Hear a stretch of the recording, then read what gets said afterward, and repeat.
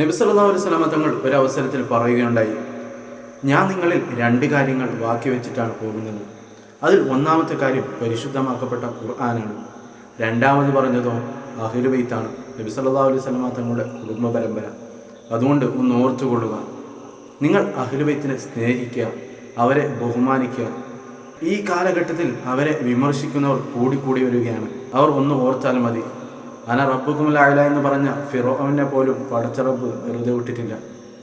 അപ്പോൾ നബി സല്ലല്ലാഹു അലൈഹി വസല്ലം തങ്ങൾ പറഞ്ഞ ആ കുടുംബ പരമ്പര എത്രയോ ബഹുമാനിക്കേണ്ട അവരെ ഞങ്ങൾ വല്ലതും പറഞ്ഞാൽ പിന്നെ നമുക്ക് എന്ത് സംഭവിക്കുമെന്ന് നമുക്ക് തന്നെ ആലോചിക്കാവുന്നതാണ്. അതുകൊണ്ട് അവരെ സ്നേഹിക്കുക, ബഹുമാനിക്കുക. ഇൻഷാ അല്ലാഹ് അവരെ ഞാൻ ഒരുപാട് തവണയായി വിമർശിക്കുന്നു, എനിക്കൊന്നും സംഭവിച്ചിട്ടില്ലല്ലോ എന്ന് കരുതി സമാധാനിക്കാൻ വരട്ടെ. ഇപ്പോഴൊന്നും സംഭവിച്ചിട്ടില്ലെങ്കിൽ എപ്പോഴും സംഭവിക്കുകയില്ല എന്നല്ല ചിന്തിക്കുക. ചിന്തിക്കുന്നവർക്ക് ദൃഷ്ടാന്തമുണ്ട്. അസ്സലാമു അലൈക്കും വറഹ്മത്തുള്ളാഹി വബറകാതുഹു.